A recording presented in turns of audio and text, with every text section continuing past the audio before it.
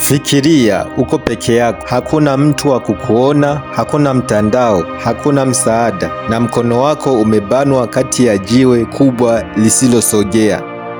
Dakika zinapita, saa zinapita, siku zinapita, na unaanza kuelewa ukweli mmoja wa kutisha: ama ujikate mkono au ufe. Hii si filamu. Hii ni hadithi ya kweli ya mwanadamu aliyekaribia kufa, lakini akachagua kuishi kwa gharama yoyote. Ilikuwa ni mwaka wa 2003. Kijana mmoja jasiri aitwaye Aaron Ralston alikuwa mpenzi mkubwa wa milima na adventure. Alipenda kupanda milima peke yake, kupitia mapango na kugundua maeneo ambayo watu wengi hawafiki. Siku moja aliamua kwenda eneo la milima huko Utah, Marekani.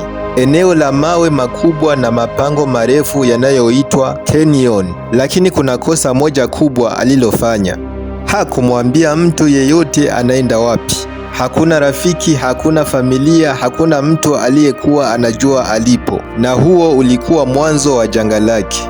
Aaron alipokuwa akishuka kwenye mwanya mwembamba wa mwamba, alishika jiwe kubwa ili kujisawazisha, lakini ghafla jiwe liliteleza ndani ya sekunde moja tu.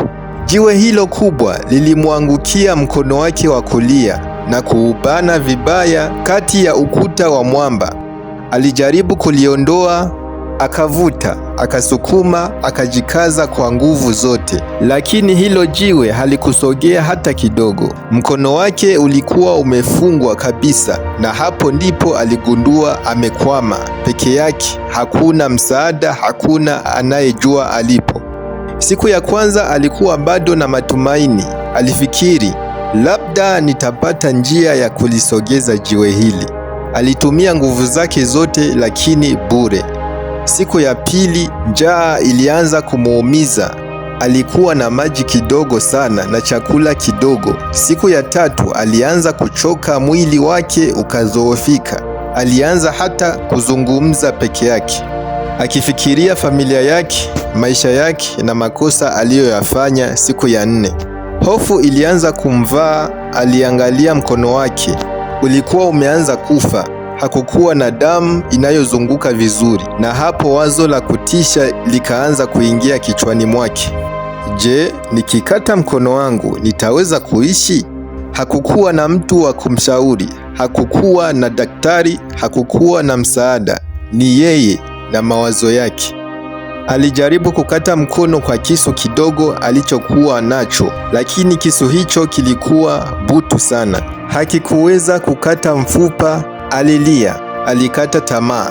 Alifikiri huu ndio mwisho wake.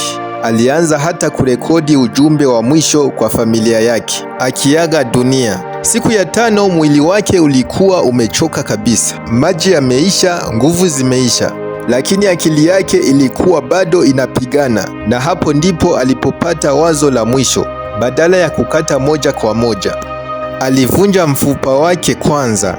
Ndiyo, alivunja mfupa wake wa mkono wake mwenyewe. Kisha akatumia kile kisu kidogo kukata nyama iliyobaki. Maumivu yalikuwa makali sana, lakini hakusimama. Dakika chache zilizofuata zilikuwa za maumivu makubwa kuliko yote aliyowahi kupitia, lakini mwisho wake alijikomboa. Lakini vita haikuishia hapo. Sasa alikuwa amepoteza damu nyingi sana, hana nguvu, yuko jangwani peke yake, lakini bado alipaswa kutembea. Alitembea kwa kilomita kadhaa akiwa na maumivu makali, mpaka alipokutana na watu waliokuwa wakipita.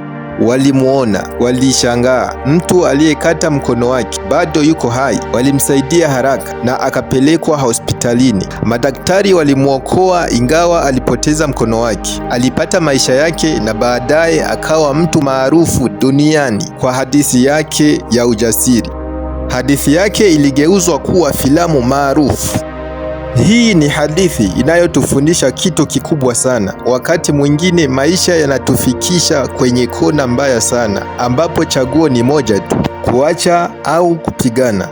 Aaron alichagua kupigana. Alipoteza mkono, lakini aliokoa maisha yake. Na leo hadithi yake inabaki kuwa moja ya simulizi za kusisimua zaidi kuwahi kutokea duniani.